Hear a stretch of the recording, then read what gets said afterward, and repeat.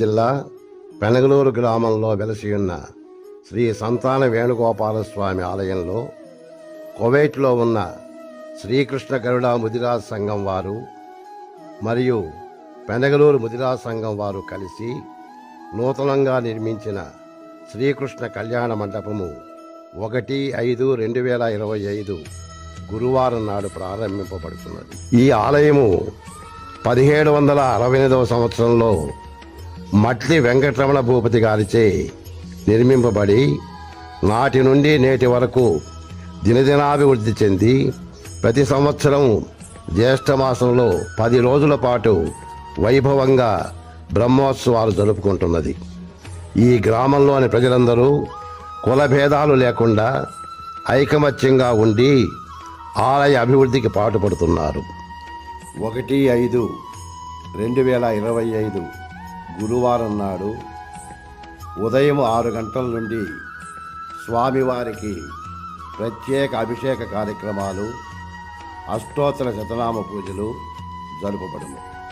తదుపరి 7:30 గంటలకు వృషభలగ్న శుభముహూర్తమునందు కళ్యాణ మంటప ప్రారంభోత్సవము, వాస్తు పూజ, గణపతి పూజ, స్వస్తి పుణ్యావాచనాదులు వేద మంత్రాల నడుమ వేద పండితులచే జరుపబడును. తదుపరి స్వామివారి కళ్యాణ మంటప శాంతి కొరకు హోమాదులు ప్రారంభమగును. అనంతరము సాయంకాలం 6 గంటలకు శ్రీ రుక్మిణీ సత్యభామ సమేత శ్రీ వేణుగోపాల స్వామి వారి కళ్యాణ మహోత్సవము అత్యంత వైభవంగా జరుపబడును.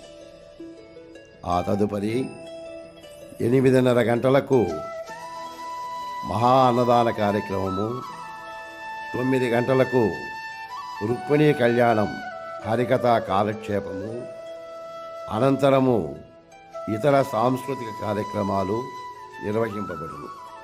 ఈ కార్యక్రమాలన్నీ కూడా నిర్వహించి మిమ్మల్ని అందరినీ ఆహ్వానించువారు పెనగలూరు ముదిరాజ సంఘం వారు మరియు శ్రీకృష్ణ గరుడ